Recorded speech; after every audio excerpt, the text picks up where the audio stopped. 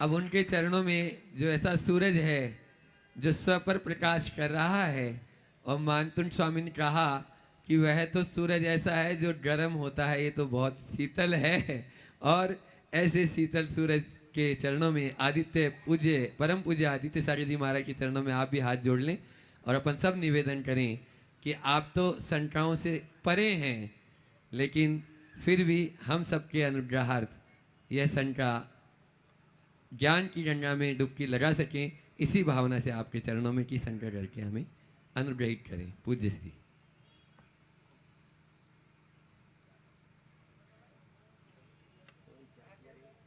Mic चालू करो, यहाँ से कर दो, यहाँ से ऑफ है क्या?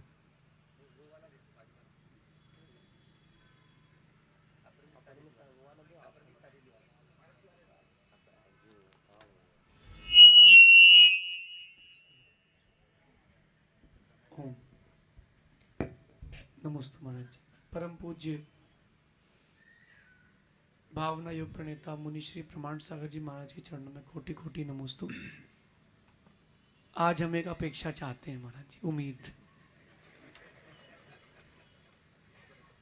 कहते हैं कि जब संत से संत मिलते हैं तो समाज में बसंत आ जाता है, और भोपाल में पुनः बसंत आ गया। गर्मी एकदम से बढ़ गई थी, वो वापस ठंडी में आ गई। बस मैं एक प्रश्न समझ लें या मेरी अपेक्षा समझ लें। कहते हैं कि हाथी के ऊपर ही हाथी का पलान रखा जाता है, चूहे के ऊपर नहीं। चूहे के ऊपर हाथी का पलान रखे तो वो चूहा दब के मर जाएगा। इस भारत की श्रमण संस्कृति में, खासकर दिगंबर जैन श्रमण संस्कृति में, एक आवश्यक अंग जो हजारों वर्षों से छूटा है। मैं चाहता हूं कि महाराज जी आपके नेतृत्व में और उसका निर्देश अगर करने हमको मिल जाए तो आनंद आ जाएगा, ये हमारी उम्मीद है।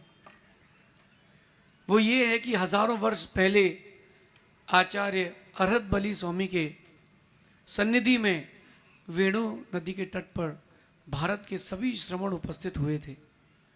ऐसा कोई उपक्रम अगर इस भारत की भूमि में पुनः हो जाए तो मुझे लगता है कि ये जो कम दिखने वाली जैन समाज है, जिसमें दम है,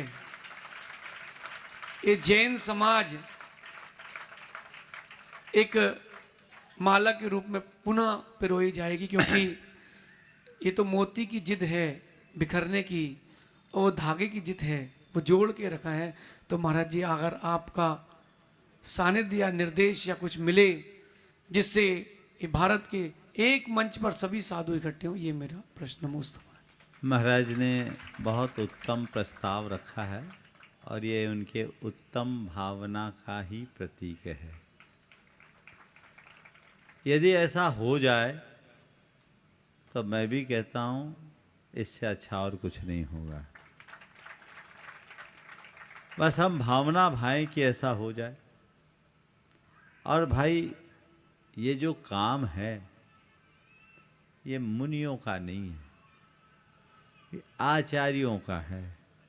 तो महाराज ये मेरी ज्यूरिडिक्शन का मामला ही नहीं, तो चाह करके भी नहीं कर पाऊंगा। तो बस जैसे आपने भावना प्रकट की ना, मैं भी भावना ही प्रकट कर पाऊंगा। क्योंकि मुझे पता है कि केवल भावना प्रकट करने से कुछ होने वाला नहीं। समाज में जब तक समग्रता का भाव नहीं आएगा तब तक ऐसा कुछ नहीं हो पाएगा। हमारा ये दुर्भाग्य है कि आज हम लोग भी अलग अलग खूंटों से बंध कर रह गए, जबकि हम सबको लक्ष्य एक होना चाहिए, वह है जिन शासन की छाया।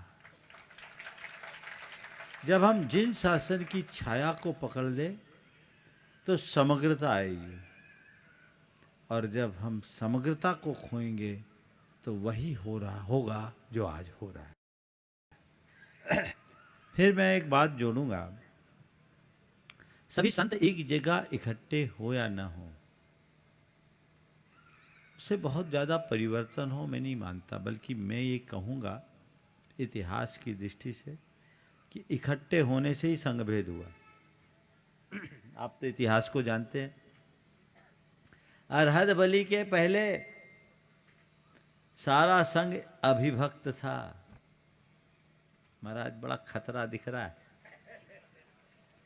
अरहद बलि महाराज के पास जब आए, बोले तुम लोग सब आ गए? बोले हाँ, हम लोग अपने अपने संघ सहित आ गए। तब उन्होंने कहा कि नहीं, अब हमें डिस्ट्रीब्यूशन करना पड़ेगा और एक ही संघ में अनेक आचार्य बनाए।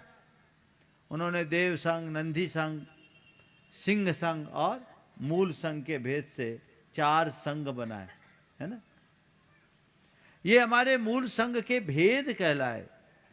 और अलग अलग संघ बना करके सबको कहा आप जाओ, तुम लोग अपना अपना धर्म ध्यान करो। तो मुझे लगता एक ही इकट्ठे होने का प्रमाण है।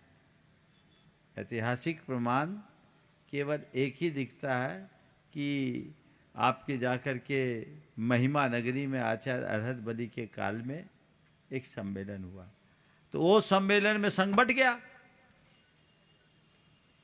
तो कहीं वही दोहरा जाए तो माथा फोड़ी और बढ़ जाएगी। इसलिए नहीं, बात बिल्कुल आशावादी तो यही कहेंगे कि शायद एक हो जाए, लेकिन इसलिए मैं कहता हूं संघ एक जगह इकट्ठे हो या न हो, संघों के विचार इकट्ठे हो जाए तो सारा काम हो जाए। जरूरत उसकी है। कुछ विषयों में हम सबके विचार एक होना चाहिए, तभी हम आगे बढ़ पाएंगे। अन्यथा हम थोड़े से लोग हैं, मुट्ठी भर लोग, दल दल में परिवर्तित हो जाएंगे। हमें परिवर्तन करने की आवश्यकता है, समाज को संगठित करने की आवश्यकता है, साधु समाज को भी संगठित करने की आवश्यकता है। मेरा तो ये मन था महाराज जी कि जो नीचे वालों के मनभेद हो चुके हैं, वो हो सकता है उस सम्मेलन से मनभेद समाप्त हो जाए और हम फिर से पुनः आनंद की लहर में। महाराज मैं कह रहा हूँ महासम्मेलन तो महान आदमियों पर छोड़ दो, अपन लघु सम्मेलन का ही आनंद लो। तो संदेश मिलता है, उसी में आनंद है और इसी में रस है। बाकी झमेले में पढ़ने में कोई सहार नहीं है। बाकी बातें हैं। पंडित कैलाश चंद्र सिद्धांत शास्त्री जब वाचना करते थे तो उनका एक जुमला था, बाकी सब तो बातें हैं। बाकी सब तो बातें हैं, बातें बातें हैं, वस्तुतः वही बातें सार्थक है जो व्यवहार में उतर जाए। हम लोग छोटे छोटे लोग भी मिले तो मैं मानता हूं छोटी छोटी नदियां ही महासागर का रूप लेती है। शुरुआत तो करें। आपस में संवाद और स्नेह अगर बनने लगे तो चीजें व्यवस्थित होगी। आप और पूछ सकते हैं।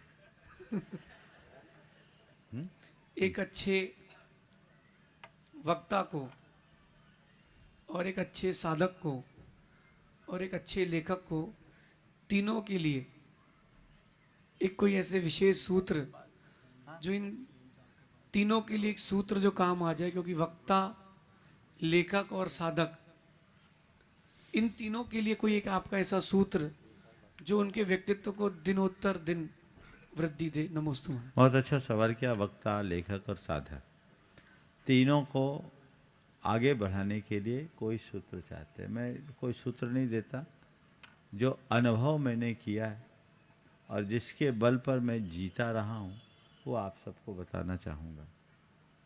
चाहे वक्ता हो, चाहे लेखक हो, चाहे साधक हो, सबसे पहला उसका लक्ष्य ये होना चाहिए कि मैं एक साधक हूँ, प्रभावक नहीं।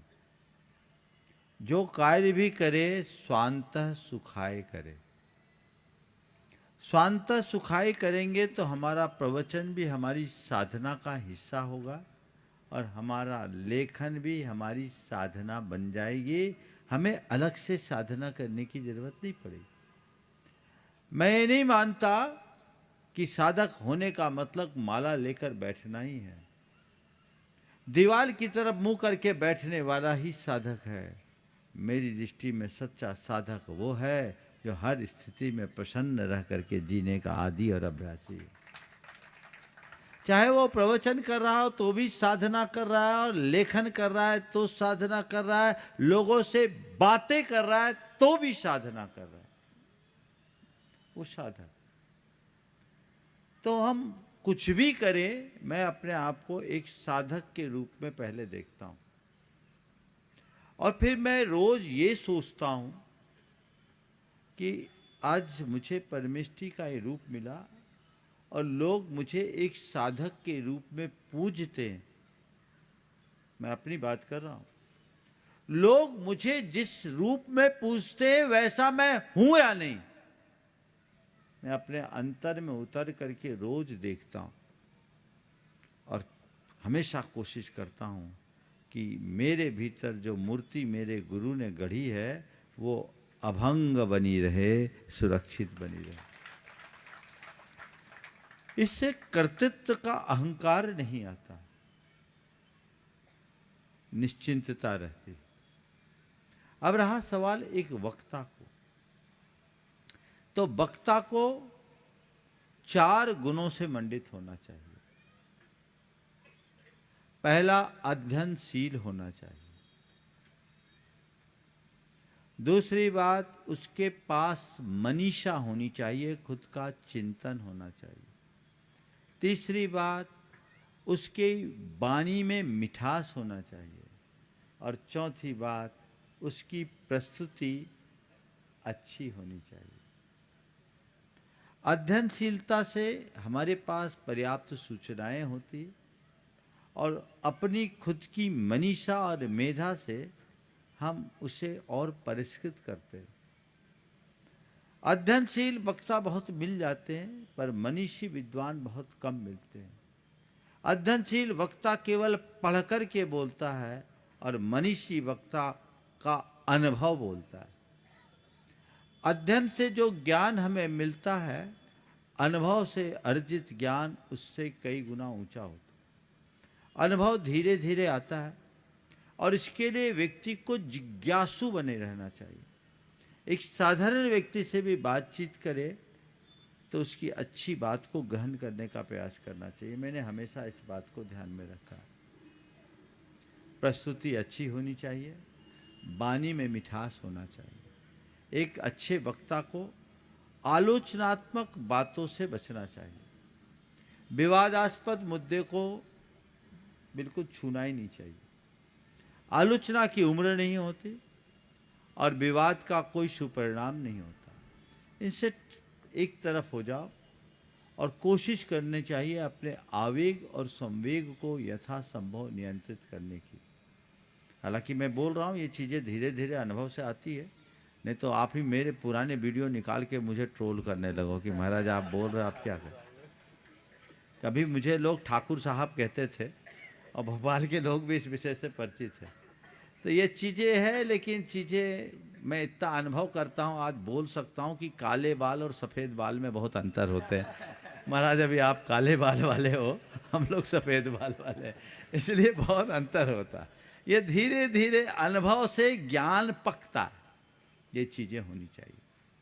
लेखन का जहाँ तक सवाल है, अगर व्यक्ति चिंतन और मौलिकता को ध्यान में रख करके लिखे तो उसके द्वारा जो कुछ भी लेखन होता है वो बहुत ही रचनात्मक होता है, और वह उसकी सजन धर्मिता को विकसित करता है। तो ये सारी चीज़ें अगर हम साधक वृत्ति को आत्मसात करें तो सहज भाव से घटित होगी।